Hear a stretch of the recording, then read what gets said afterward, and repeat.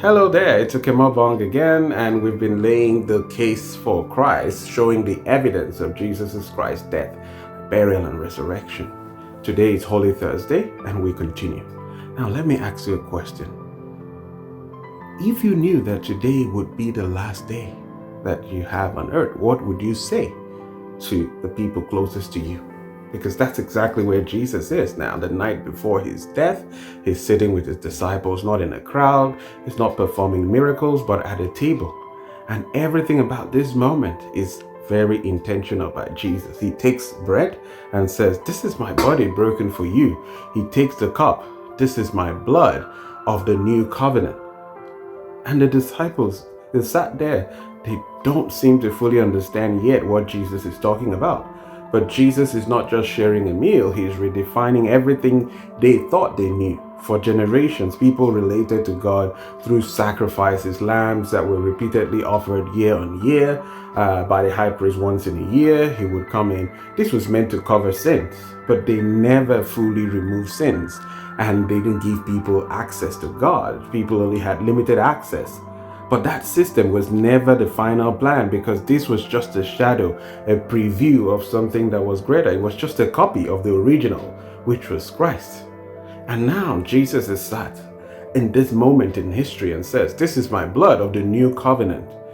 This changes everything. He's saying here, no more repeated sacrifices, no more distance, not the blood of animals, but his own blood. That's the real blood. And don't miss this, because Jesus is not being forced into this. He is actually choosing to do this. He knows what is coming. He knows who will betray him, and yet he continues. He said, "I lay my life down. Nobody takes it away from me." And so this is important, because this is not a man that was caught in circumstances. This is a man fulfilling a mission. He's not a martyr, but he's someone who is giving himself.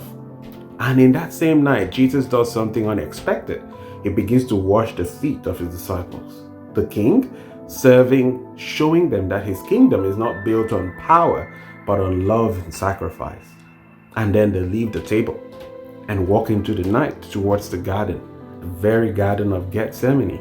And in that garden, Jesus begins to feel the weight of what's coming to him. That becomes real. And he prays, "Father, if it's possible, let this cup pass from me." But then he mentioned, "Not my will, but yours be done." This is the moment where intention becomes surrender. It doesn't just know the plan, but he embraces the plan. So the cross is not just an accident. It's a covenant. It's a deliberate act to restore relationship.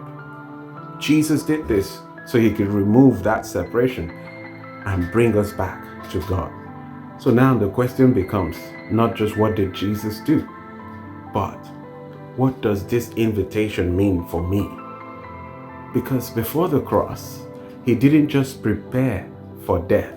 He invited us into what it will accomplish. This was not the end. Rather, this was just the beginning of a new and better covenant.